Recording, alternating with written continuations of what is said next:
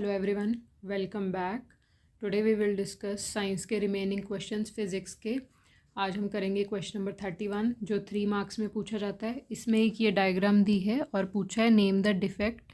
Defect कौन सा है इस विजन में और उसका रीज़न बताना है क्यों होता है और उसके 2 कॉजेज़ और उसको करेक्ट कैसे किया जाता है with the help of diagram, ये बताना है। ठीक है, तो 1 मार्क के ये तीनों एक एक पार्ट हो जाएगा। तो इसका फर्स्ट क्वेश्चन क्या है कि इस डिफेक्ट का नाम बताना है। ठीक है, जब इमेज यहाँ पे हमारी आई, ये रेटिना होता है, यहाँ पे इस रेटिना के अंदर बने तो मायोपिया होता है। जब रेटिना को क्रॉस करके बाहर इमेज बने तो वो नाम क्या होता है उसका, डिफेक्ट का, हाइपरमेट्रोपिया। ठीक है, और इसका दूसरा नाम क्या हुआ, और इसको क्या बोलते हैं, फार साइटेडनेस। फार साइटेडनेस। और इसका और क्या पूछा है क्वेश्चन में, रीज़न बताना है कि ये बीमारी या डिफेक्ट जो भी है वो क्यों होता है। ठीक है, तो इसका रीज़न क्या होगा कि इसमें क्या हो जाता है कि जो इमेज है वो रेटिना के बिहाइंड बनती है जाके, एक तो ये, दूसरा ये होता है जो near point for the person is far away from normal point 25 centimetre, means near point change हो जाता है जो कि 25 सेंटीमीटर से दूर हो जाता है। और इसमें जो पास की चीज़ें हैं वो थोड़ी दिखाई नहीं देती है क्लियरली, उसको 25 सेंटीमीटर से थोड़ा दूर करके देखना पड़ता है।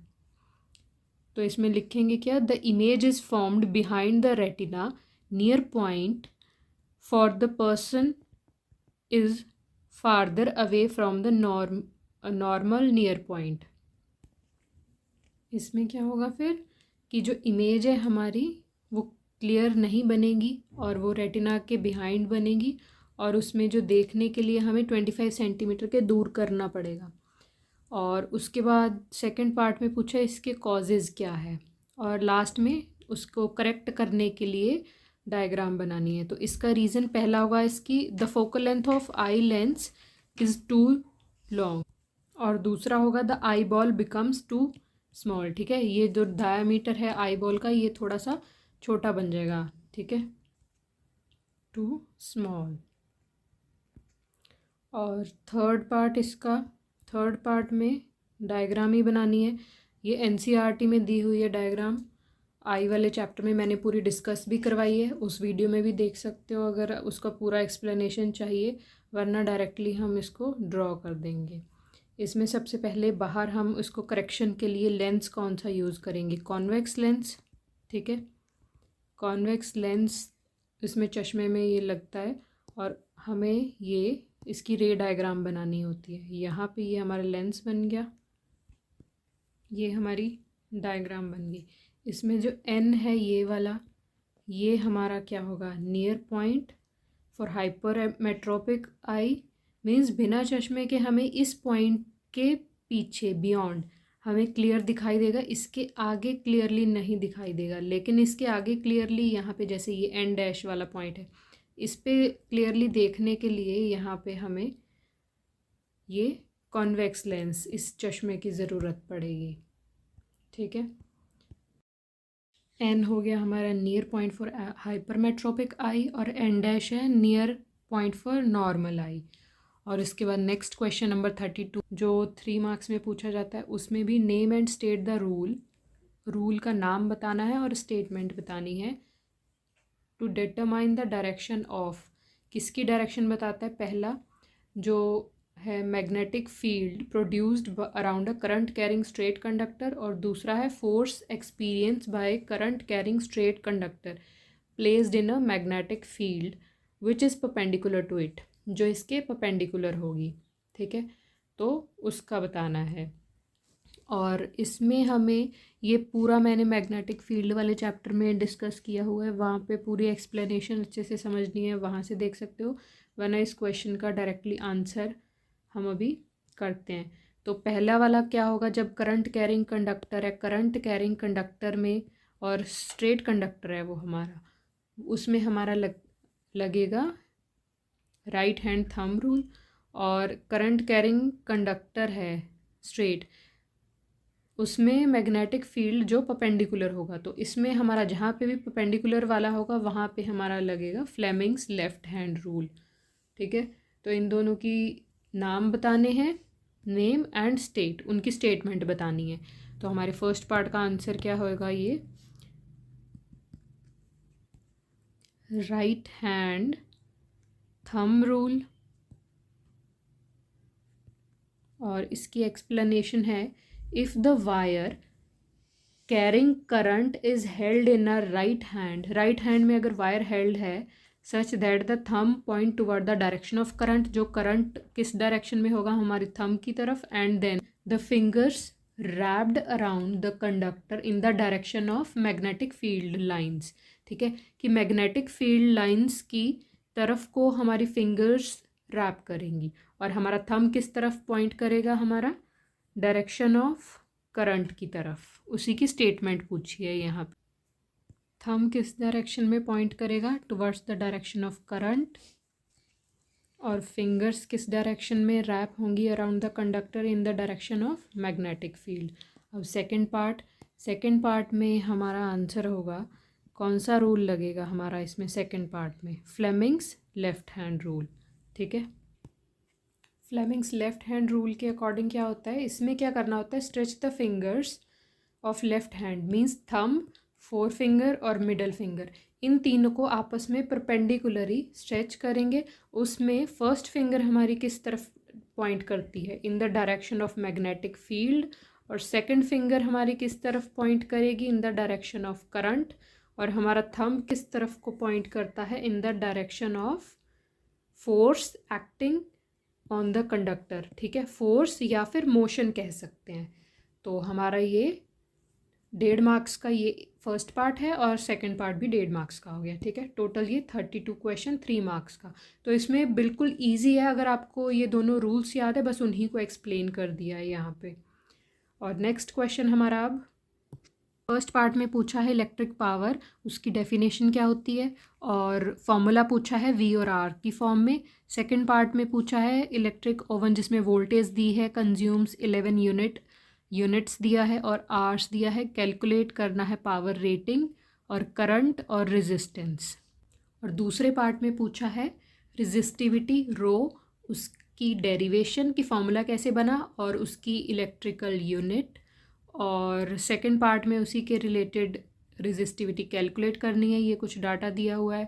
और थर्ड वाले में उसी को एक्सप्लेन करना है, मींस ये पूरा क्वेश्चन हमारा रेजिस्टिविटी के रिलेटेड है और ये वाला पार्ट हमारा पावर के रिलेटेड है। तो ए पार्ट का फर्स्ट पार्ट का आंसर क्या होगा हमारे पास, पावर की डेफिनेशन क्या होती है वो लिखेंगे और उसका फॉर्मूला पावर का, अगर हमें पावर का फॉर्मूला याद हो पहले अगर वो लिख ले हमारे पास V²/R, उसी को हम डिफाइन करने के लिए डेफिनेशन उसी की हम बना के लिख सकते हैं।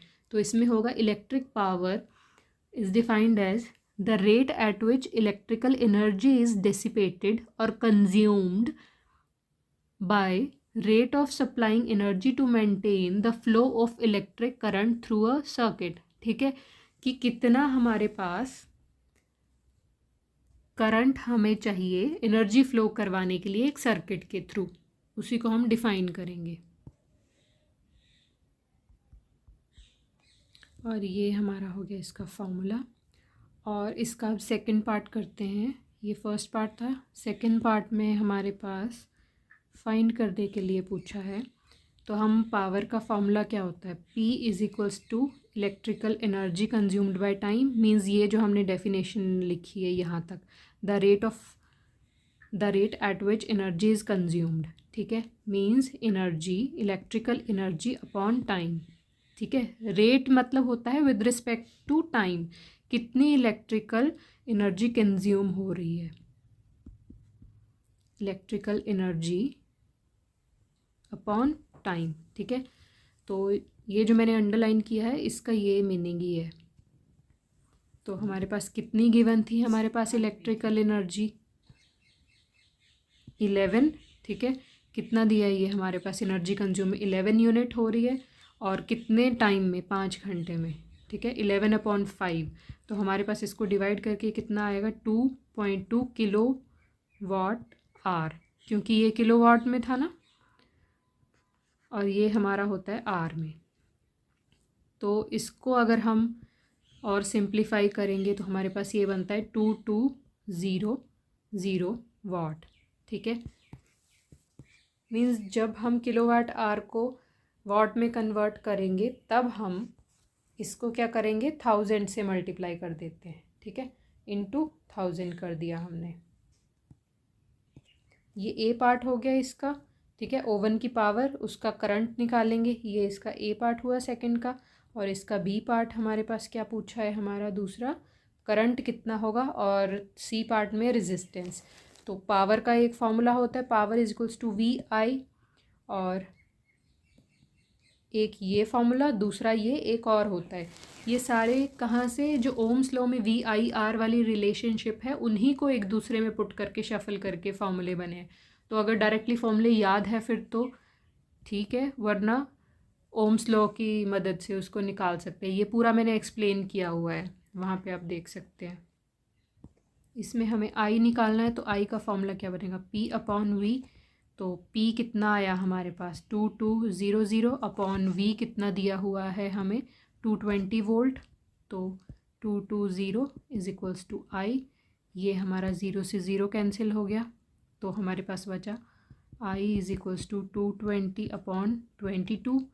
ये कैंसिल हो जाएगा आगे फिर से, 22 211 से 2110, फिर ये 11 बन जा, ये 11 10 जा।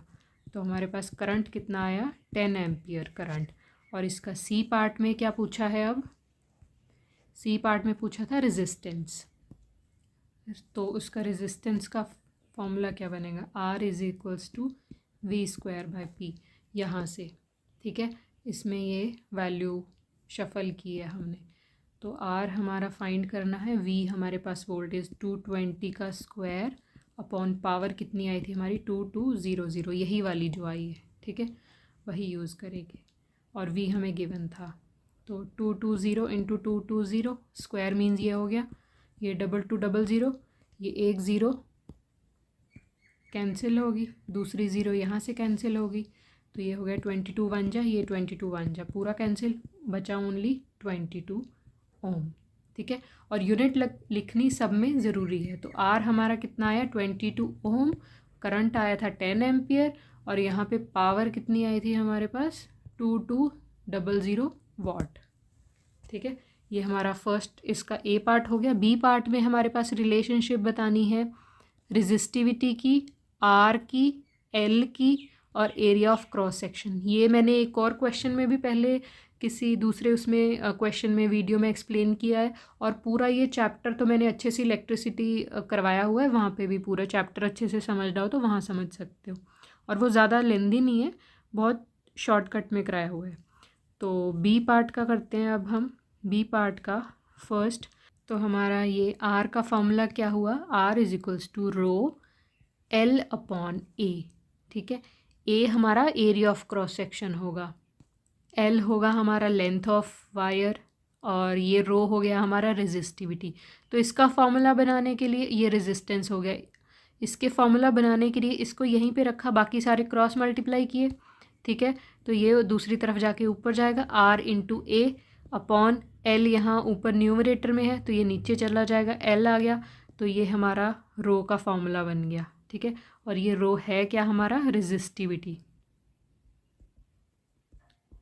ठीक है, रेजिस्टिविटी हमारा ये हो गया। तो इसकी अब हम यूनिट निकालेंगे। यूनिट्स क्या बनेंगी इसकी, हमारी आर ए अपॉन एल ये फॉर्मूला है, और हमारी यूनिट क्या होती है आर की, यहाँ पे अभी हमने क्वेश्चन में निकाला भी, ओम। एरिया की क्या होती है, मीटर स्क्वायर, और लेंथ की क्या होती है, ओनली मीटर। ठीक है, तो इसमें से अगर 2 मीटर में से 1 मीटर कैंसिल हो गया इससे, तो हमारे पास क्या बचा, अकेला ओम 1 मीटर। तो रेजिस्टिविटी की यूनिट क्या हुई हमारी, एसआई यूनिट। ठीक है, एसआई यूनिट क्या हुई हमारी, ये ओम मीटर, ओम मीटर। और उसके बाद इसके सेकंड पार्ट में हमें क्या करना था, हमारे पास लेंथ गिवन है हमारे पास कितनी 3 मीटर, और ये रेजिस्टेंस गिवन है हमारे पास 60 ओम, और ये एरिया ऑफ क्रॉस सेक्शन भी गिवन है। निकालना क्या है यहाँ पे हमें रो रेजिस्टिविटी निकालनी है। तो सारी वैल्यूज़ पुट करेंगे पहले गिवन लिख के। L is equals to 3 metre, area is equals to 4 into 10 की power -7 metre square. R given है 60 ओम, और हमें रेजिस्टिविटी निकालनी है। तो रेजिस्टिविटी का फॉर्मूला यहाँ पे क्या बना अभी ये RA/L। R है 60 इंटू 4 इंटू 10 की पावर -7 अपॉन L है 3। तो ये कटिंग हो जाएगी, 3 1 जा 3 और 3 20 से गया ये, तो रिमेनिंग क्या बचा 20 इंटू 4 इंटू 10 की पावर -7। तो ये हो जाएगा 4 2 जा 80 इंटू 10 की पावर -7। ये हमारी क्या आ गई रेजिस्टिविटी। इतने इसकी यूनिट क्या थी यहाँ पे अभी हमने निकाली है ओम मीटर। ये रेजिस्टिविटी आ गई। Second part done. तो थर्ड पार्ट में हमारे पास पूछा है कि हमें अगर इसकी लेंथ को डबल कर दिया जाए तो रेजिस्टिविटी पे क्या फ़र्क पड़ेगा। तो इसका आएगा नो इफ़ेक्ट, रेजिस्टिविटी चेंज नहीं होगी। बिकॉज क्यों नहीं चेंज होगी, क्योंकि resistivity does not depend upon the dimensions of conductor. ठीक है, और किस पे डिपेंड करती है ये नेचर ऑफ मटेरियल। मीन्स अलग अलग नेचर की जो मटेरियल से हमारी वायर्स बनी होती है तो उनमें रेजिस्टिविटी ज़्यादा है कम है उस पे डिपेंड करती है वो कौन सी वायर है, उसकी डायमेंशंस पे डिपेंड नहीं करती है। मीन्स उसकी रेजिस्टिविटी लेंथ से इंडिपेंडेंट होती है। तो उसको हम थ्योरेटिकल फॉर्म में कैसे लिखेंगे, रेजिस्टिविटी विल नॉट चेंज